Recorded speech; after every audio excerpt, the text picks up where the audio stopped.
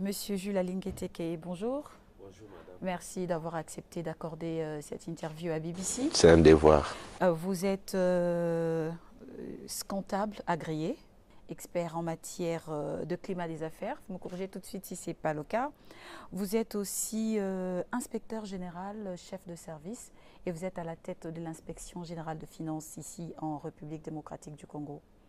Et en parlant justement de ce service que vous gérez, c'est depuis 3 ans que vous êtes à la tête de ce service. Est-ce que vous pouvez nous faire pour commencer déjà ce bilan du travail que vous faites à la tête de l'inspection générale de finances, surtout dans la lutte contre la corruption et le détournement? Merci beaucoup madame. Nous sommes à la tête de l'inspection générale des finances de la République démocratique du Congo depuis le 30 juin 2020. Et à cette date, le chef de l'État, l'autorité directe de qui relève l'inspection générale des finances, a confié à notre service la noble mission de lutter contre les antivaleurs dans la gestion publique. Et nous sommes partis d'un état des lieux catastrophique des antivaleurs constatés dans la gestion publique en RD Congo, état des lieux qui démontre suffisamment que l'ordre n'était pas au rendez-vous. Donc je vous épargne des détails. Globalement, c'est une situation catastrophique où la corruption, les détournements étaient au rendez-vous à tous les événements en rapport avec la gestion publique. Voilà dans quelles circonstances le chef de l'État décide de déclencher une lutte acharnée contre les antivaleurs dans la gestion publique et il confie le travail à l'inspection générale des finances avant de réhabiliter une année plus tard la Cour des comptes, le CNRF et les autres structures qui sont aujourd'hui actives dans ce travail de lutte pour l'éradication de la mauvaise gouvernance publique. Aujourd'hui, l'inspection générale des finances a fait un travail de titan, 2020, 2021, 2022, aujourd'hui 23. Je pense que l'inspection générale des finances a eu à repousser beaucoup d'antivaleurs, à mettre hors d'état de nuit beaucoup de mauvais gestionnaires et petit à petit à réveiller dans la mémoire collective des Congolais l'existence d'un contrôle et l'existence des organes qui veillent pour éviter que les fonds publics soient mal gérés. Ça, c'est vraiment un bilan globalement que je peux vous dire. Et puis les résultats aussi sont palpables en ce qui concerne l'évolution des données macroéconomiques de notre pays.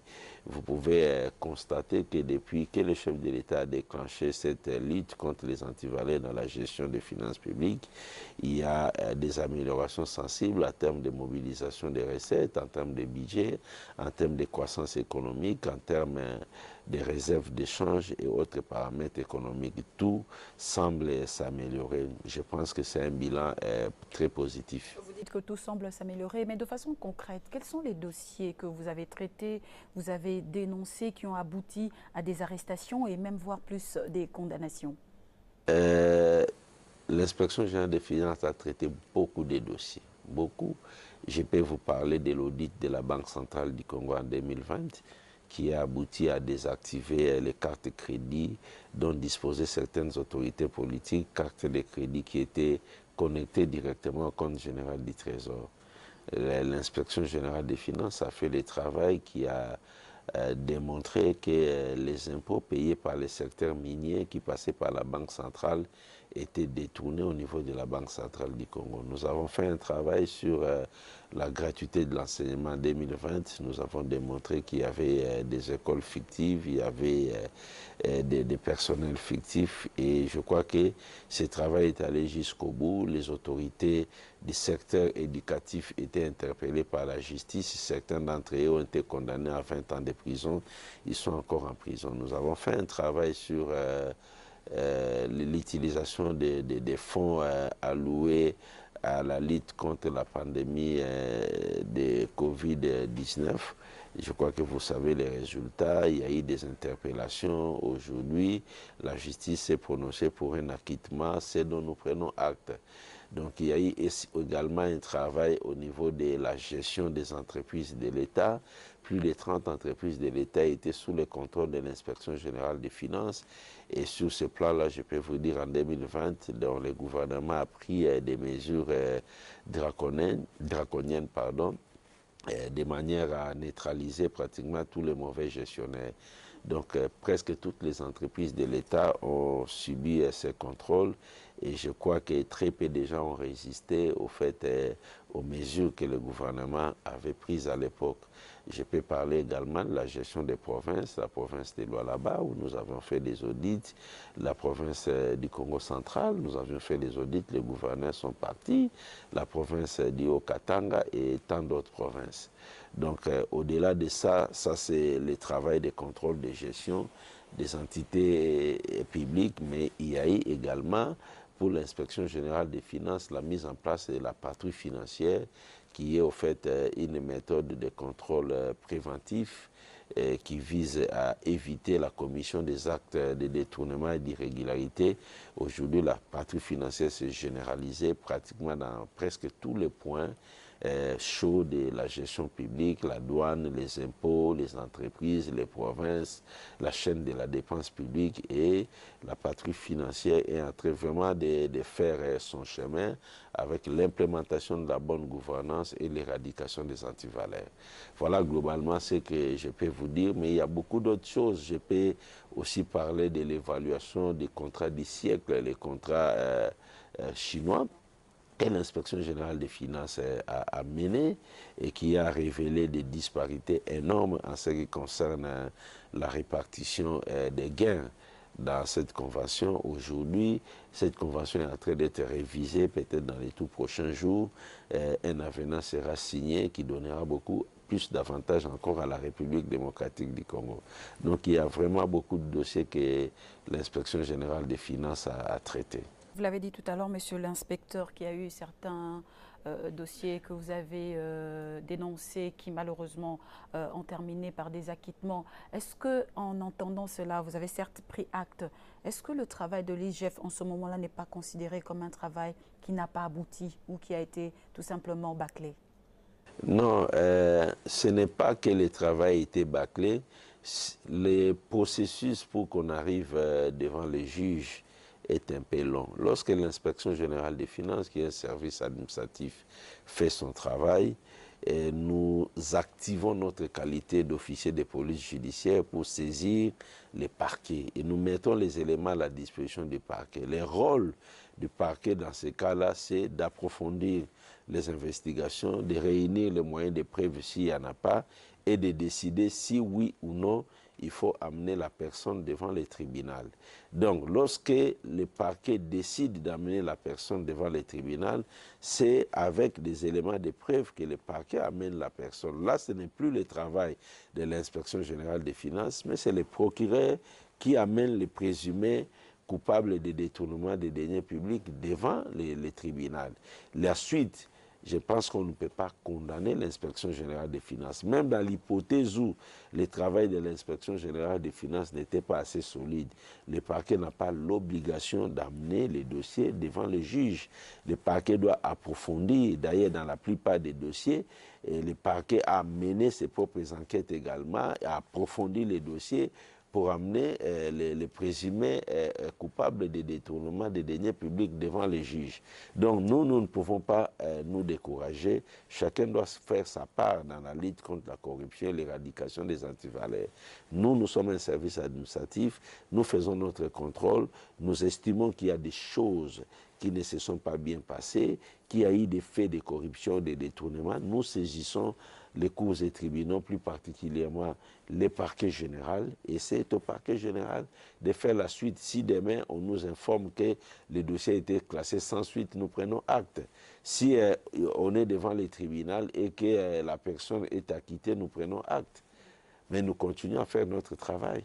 Et une autre tendance, justement, vous accuse de faire des allégations non fondées, où vous dites carrément que votre sélection dans le contrôle, en fait, on va dire une sélection dans le contrôle des entreprises. Que répondez-vous à cela? Bon, vous savez, dans un environnement où la prédation avait atteint des proportions trop élevées, où les volets, la criminalité financière a pu également monter ses journalistes, ses ONG, ses partisans. C'est tout à fait normal quand vous faites un travail comme ça, qu'il y a des voix, des gens qui se retrouvent du côté de la criminalité financière pour se tirer sur vous. Il est inadmissible que partout ailleurs, on reconnaît que la corruption, la mauvaise gouvernance est à la base, au fait, du sous-développement. On reconnaît qu'il ne peut pas y avoir cohabitation entre la corruption, les antivaleurs et la recherche du développement.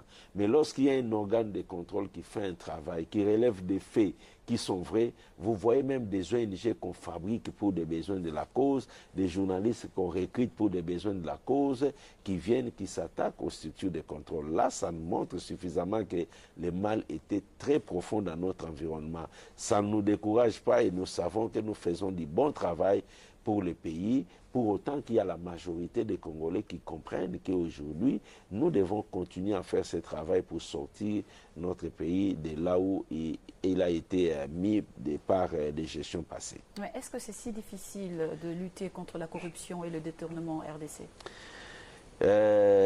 Madame, si vous comprenez que la RDC, en 2019, quand le chef de l'État fait l'état des lieux de la corruption dans notre pays, nous étions dans la zone rouge, nous étions considérés un pays corrompu au même titre que l'Afghanistan, les autres pays de non-droit. Et dans un environnement pareil, mener un travail de lutte contre la corruption, ce n'est pas facile. Et moi, je pense même que si on est en train de le faire, c'est parce que dans le pays, il y a une volonté politique ferme incarnée par son Excellence Monsieur le Président de la République d'éradiquer les antivaleurs. Et il y a un soutien de la population. Il y a Dieu aussi qui est là, qui accompagne ce que nous faisons parce que c'est juste.